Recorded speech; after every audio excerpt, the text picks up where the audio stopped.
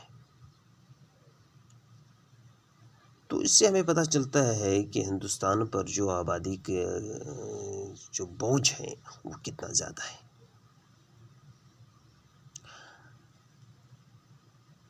اگر ہم ہندوستان کی بات کریں گے، ہندوستان کی جو آبادی ہے وہ ورلڈ کے لحاظ سے، دنیا کے لحاظ سے 15.6% ہے.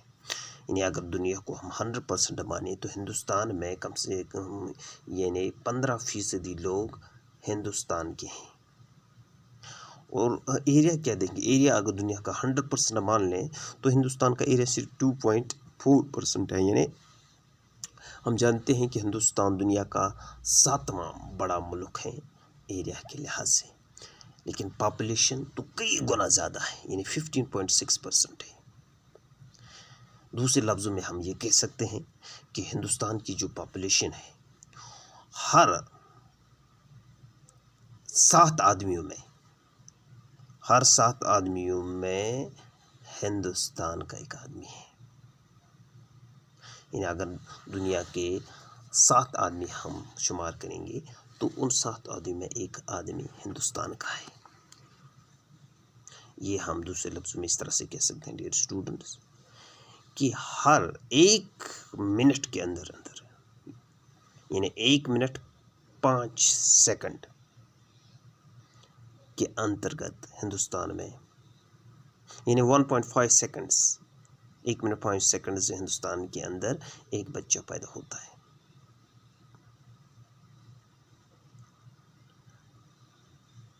اور یہاں تک کہ 55,000 بچے ہیں جو بالکل سروائیو کرتے ہیں.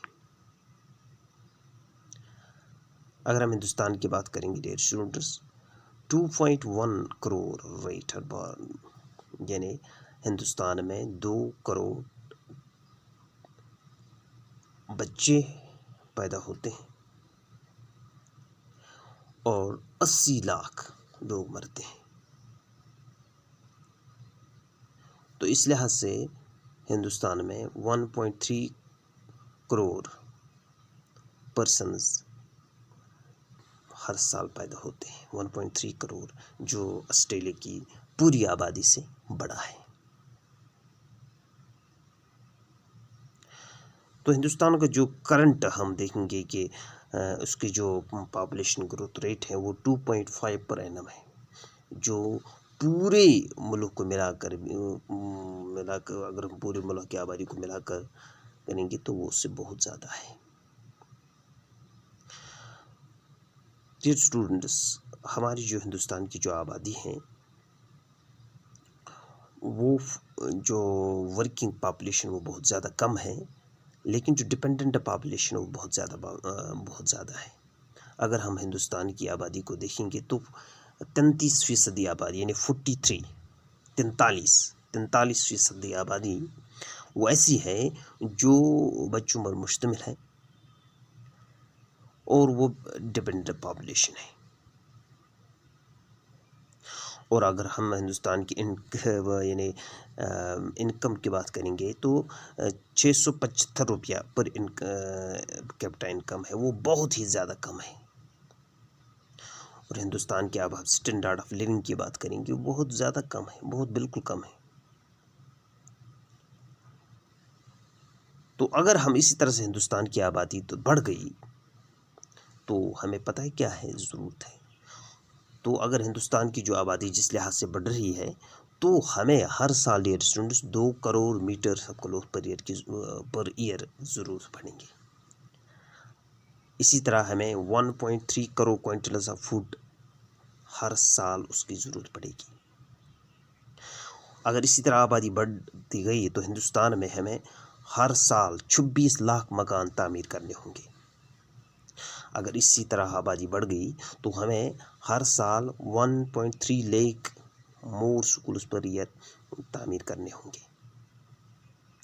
اگر اسی طرح آبادی بڑھتی رہی تو ہمیں 3.8%، 8 لاکھ ٹیچرز پر ایئر تعینات کرنے ہوں گے. اگر اس طرح آبادی بڑھتی رہی ڈیئر اسٹوڈنٹس تو 45 لاکھ ایڈیشنل جابس ہمیں ہر سال پیدا کرنی ہوں گی، جو ہندوستان جیسا غریب ملک پیدا نہیں کر سکتا ہے. تو ڈیئر اسٹوڈنٹس، یہ جو آبادی ہیں یہ لگاتار بڑھ رہی ہیں، تو کئی ممالک میں اس کے خلاف مہم بھی چلائی گئی کہ پاپولیشن بہت کم ہونی چاہیے. لیکن اگر ہم دوسرے نظریے سے دیکھیں گے ڈیئر اسٹوڈنٹس کہ پاپولیشن کا بڑھنا کوئی خرابی نہیں ہے، کیونکہ جتنی پاپولیشن بڑھ رہی ہے اتنی ہی ہمارے وسائل بڑھ رہے ہیں. کہ آپ نے اپنے گھر والوں سے بھی سنا ہوگا کہ کئی سال پہلے کہ زمین کنال اس نیران معمولی اس دان ترک زٕ ترک، مگر آج تھی نیران 6 کھر 7 کھر، تو کوئی کمی نہیں ہے. اور یہ اسٹیمیٹ کہا جاتا ہے کہ جو ہمارے زمین میں اتنے وسائل ہیں، کئی ہزار سال تک آنے والی نسلوں تک ہماری زمین لگاتار پیداوار بڑھاتی رہے گی، کوئی کمی اس میں نہیں آئے گی. لیکن اصل میں پرابلم یہ ہے کہ ہماری جو پوری دولت ہے، یعنی ہمارے دنیا کی پوری جو دولت ہے وہ بس کچھ پرسنز کے ہاتھوں میں ہے. یعنی 60% جو دنیا کی دولت ہے وہ کچھ 2 یا 3% تک کے ہاتھ میں ہے. جو باقی جو 60% آبادی ہیں وہ بیچارے غریب ننگا ہیں، مفلس اور بیچارے ہیں. تو یہ وجہ ہے کہ پاپولیشن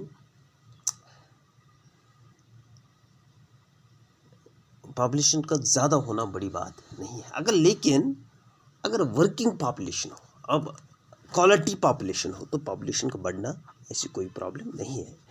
لیکن اس لحاظ سے ہم کر بھی نہیں سکتے ہیں، جن لوگوں کے جو پوجا بندی لوگ ہیں، جن کے پاس بہت زیادہ دولت، ان سے ہم چھین بھی نہیں سکتے ہیں. تو ایسا ابھی آرڈر نہیں آیا بھی نہیں ہے. ہو سکتا جو نیو ورلڈ آرڈر آئے گا اس کے لحاظ سے دنیا کے رولز بدل سکتے ہیں، نظریہ بدل سکتا ہے، تو پتہ نہیں کیا ہوگا. لیکن فی الحال ہم یہ کہیں گے کہ آبادی بڑھنا کسی بھی ملک کے لیے خطرے کی گھنٹی ہے.